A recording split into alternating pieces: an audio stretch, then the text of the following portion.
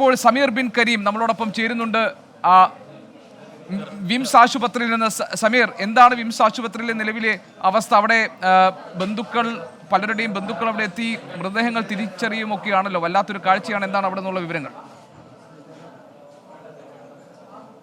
ഗോപികൃഷ്ണൻ, നിലവിൽ വിംസ് ആശുപത്രിയിൽ 70-ൽ പരം രോഗികളുണ്ട് എന്നുള്ളതാണ്. അതിൽ പലരെയും തിരിച്ചറിയാൻ കഴിയാതെ പോകുന്നുണ്ട്. ഇവരെ ബന്ധുക്കൾ കാണാത്ത സാഹചര്യമുണ്ട്, എല്ലാം ഉണ്ട്. ഇപ്പോൾ ഇതിനെക്കുറിച്ച് വിശദീകരിക്കുന്നതിന് വേണ്ടി ഇവിടുത്തെ ഡോക്ടേഴ്സിന്റെ ഹെഡ് ഡോക്ടർ ഷാനവാസ് നമ്മോടൊപ്പം ചേരുകയാണ്. നിലവിൽ എത്ര പേഷ്യൻസ് ഉണ്ട്, എന്താണ് കണ്ടീഷൻ? 78 പേരാണ് ഇപ്പോൾ അഡ്മിറ്റ് ചെയ്തിട്ടുള്ളത്. അതിനകത്ത് 9 പേര് ICUവിലാണ് ഇപ്പോൾ ഉള്ളത്. അതിലെ 3 പേരുടെ നില അതീവ ഗുരുതരമാണ്. 2 പേരുടെ സർജറി ഇപ്പോൾ ചെയ്തുകൊണ്ടിരിക്കുകയാണ്. ഒന്ന് ന്യൂറോ സർജറിയാണ്, മറ്റൊന്ന് മാക്സിലോഫേഷ്യൽ സർജറി. നിലവിൽ വന്നതിൽ ഡെത്തും സംഭവിച്ചു എന്ന് മനസ്സിലാക്കുന്നു. എത്ര ഡെത്ത് ഉണ്ടായിട്ടുണ്ട്, എല്ലാം ഐഡന്റിഫൈ ചെയ്തോ? 7 മരണങ്ങൾ. ഒരാളെ മാത്രമേ ഇപ്പോൾ ഐഡന്റിഫൈ ചെയ്തിട്ടുള്ളൂ. ഗിരീഷ് എന്ന് പറഞ്ഞ വ്യക്തിയുടേതാണ് ഐഡന്റിഫൈ ചെയ്തിട്ടുള്ളത്.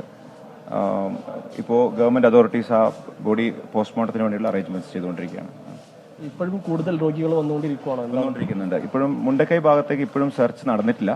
ഇപ്പോൾ വന്നുകൊണ്ടിരിക്കുന്നതൊക്കെ ചൂരൽമല ഭാഗത്തുള്ള ആളുകളാണ്. കൂടുതലും ഞങ്ങളെ സ്റ്റാഫ് അടക്കമുള്ള ആളുകൾ കൂടുതലും ഇപ്പോൾ മുണ്ടക്കൈ ഭാഗത്തുണ്ട്. ഞങ്ങളെ സ്റ്റാഫിൻ്റെ പല കുടുംബങ്ങളും സ്റ്റാഫും അടക്കം മിസ്സിംഗ് ആണ്. അവിടുന്ന് അവസാനം കിട്ടിയ മെസ്സേജ് അനുസരിച്ച് എനിക്ക് തോന്നുന്നു 100ഓളം കുടുംബങ്ങൾ ഇപ്പോഴും മിസ്സിംഗ് ആയിട്ട് കിടപ്പുണ്ട്. അപ്പോൾ ഒരു വ്യാപ്തി കുറച്ച് അവരെ സൈന്യം എത്തിയാൽ മാത്രമേ എത്ര നമ്പേഴ്സ് ഉണ്ടാവുമെന്ന് മനസ്സിലാവുള്ളൂ.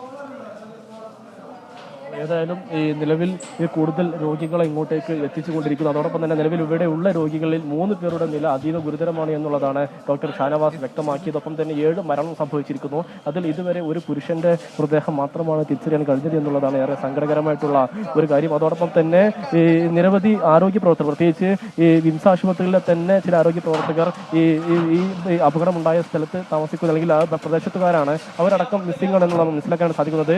പലപ്പോഴും ഈ ചികിത്സയിൽ കഴിയുന്ന രക്ഷപ്പെട്ട് വന്നവർ പറയുന്നതനുസരിച്ചാണെങ്കിൽ കൂടുതൽ ആളുകൾ ഇപ്പോൾ മിസ്സിംഗ് ആണ് എന്നുള്ളതാണ് നൽകാൻ കഴിയുന്ന വിവരം. പലപ്പോഴും പലരുടെയും ബന്ധുക്കൾ ഇവിടെ ഇല്ല, അവർ ഒറ്റയ്ക്ക് രക്ഷപ്പെട്ടു വന്നതുണ്ട്. പലരും ഒഴുക്കിൽപ്പെട്ടപ്പോൾ ഈ സാരി എല്ലാം തന്നെ വലിച്ചു കെട്ടി അങ്ങനെ അതൊരു വടമാക്കി ഉപയോഗിച്ചുകൊണ്ട് അങ്ങനെ രക്ഷപ്പെട്ട നിരവധി ആളുകൾ ഇവിടെ ഉണ്ട്. ഒപ്പം തന്നെ രാവിലെ രക്ഷപ്പെട്ടെത്തിയ ആളുകളുണ്ട്. ഇവരെല്ലാം തന്നെ ബന്ധുക്കളെ തിരയുന്ന ഒരു സാഹചര്യമാണ് ഇവിടെ ഉള്ളത് എന്നുള്ളത് നേരെ സങ്കടകരമായിട്ടുള്ള കാര്യം. ഇപ്പോൾ നമുക്ക് ദൃശ്യങ്ങളിൽ കാണാം. ഇപ്പോൾ അപകടത്തിൽ നിന്നും രക്ഷപ്പെട്ട് ഒരു രോഗിയെ ഇങ്ങോട്ടേക്ക് എത്തിച്ചുകൊണ്ടിരിക്കുകയാണ്. നിരവധി ആശുപത്രി ജീവനക്കാർക്ക് പുറമെ തന്നെ നിരവധി സന്നദ്ധ പ്രവർത്തകരും എല്ലാവരും ഇവിടെ തയ്യാറായിരിക്കുകയാണ്. ഗതാഗതം നിയന്ത്രിക്കുന്നതിന് വേണ്ടി പ്രത്യേക സംഘവും ഇവിടെ ഉണ്ട് എന്നുള്ളതാണ് ഏറെ പ്രധാനപ്പെട്ട കാര്യം.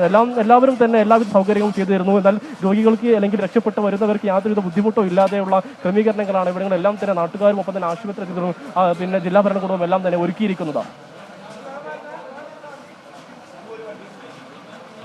ഏറ്റവും നടക്കുന്ന വിവരങ്ങളാണ് ഇപ്പോൾ വയനാട്ടിൽ നിന്ന് വന്നുകൊണ്ടിരിക്കുന്നത്. പ്രിയപ്പെട്ട പ്രേക്ഷകരെ, നമുക്ക് ഒരുപക്ഷെ അടുത്ത കാലത്തൊന്നും കണ്ടിട്ടില്ലാത്ത വലിയൊരു ദുരന്ത ഭൂമിയായി വയനാട് മാറിക്കഴിഞ്ഞിരിക്കുന്നു. ഹൃദയഭേദകമായ കാഴ്ചകളാണ് കാണുന്നത്. പല ആളുകളെയും കാണാനില്ല എന്ന രീതിയിൽ വാർത്ത വരുന്നപ്പോൾ ഞങ്ങളുടെ തന്നെ പ്രതിനിധി, ഖത്തറിലെ പ്രതി അൻവർ പാലേരി നമുക്കൊപ്പം ഉണ്ട്. അൻവറിൻ്റെ കുടുംബത്തിനെ ഒരു റിസോർട്ടിൽ കുടുങ്ങിപ്പോയി എന്ന രീതിയിലാണ് അൻവർ പാലേരി അറിയിക്കുന്നത്.